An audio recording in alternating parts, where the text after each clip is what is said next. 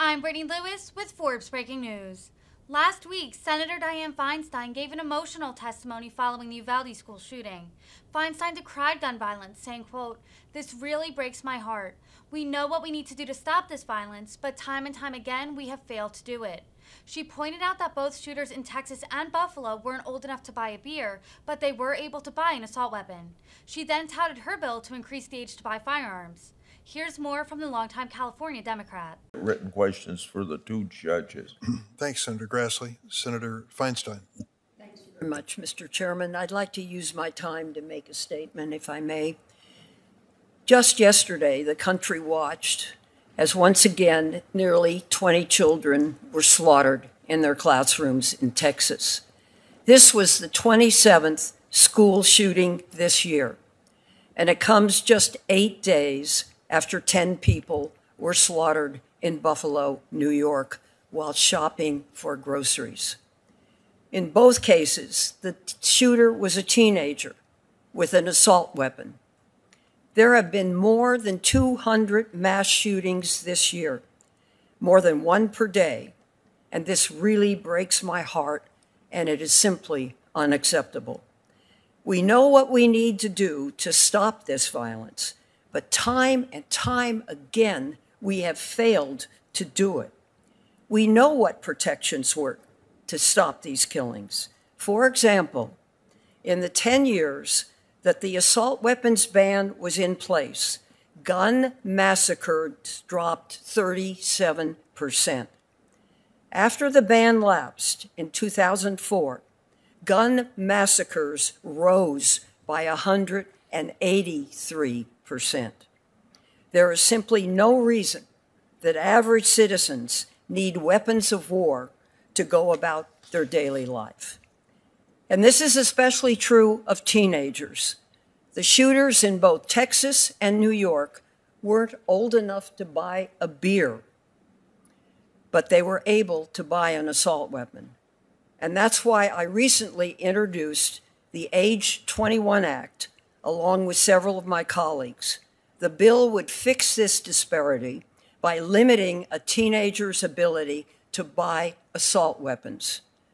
Now, we seem to even lack the will to keep weapons away from those that we know are dangerous.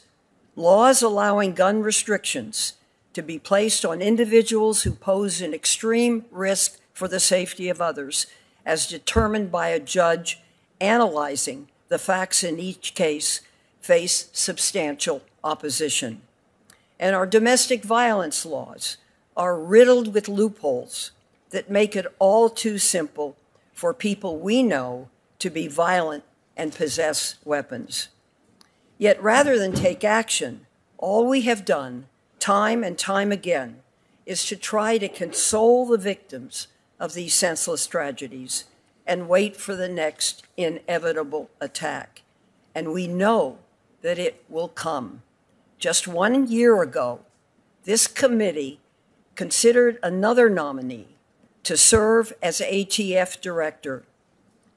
The morning of that nominee's hearing, a gunman in San Jose, California, opened fire on a mass transit facility and killed 10 people. And here we are again, considering another nominee to serve as ATF Director less than 24 hours after a mass shooting. Mr. Dettelbach, the role to which you have been nominated is an incredibly important one, and one which I intend to follow carefully. I understand that you have firsthand experience working to protect and support the victims of gun violence and their families from your time as a federal prosecutor.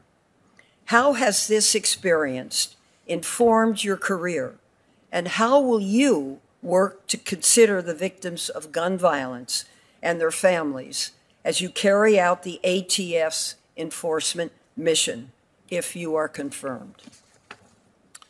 Well, Senator, I think most prosecutors would answer this question the same way, which is when you graduate law school, the law is in the books. when you become a prosecutor and you interact with victims and survivors who have experienced incredible loss, it becomes a part of you, and it never leaves you. I know this morning I got a text from a woman who was a victim actually in an ATF case that our office did. It was a horrible arson actually where 8 children were killed.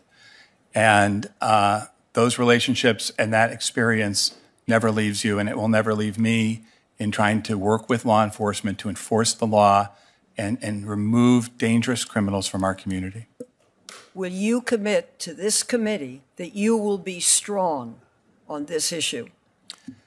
Senator, I will commit to this committee that I will be a law enforcement enforcer who is very strong. Thank you.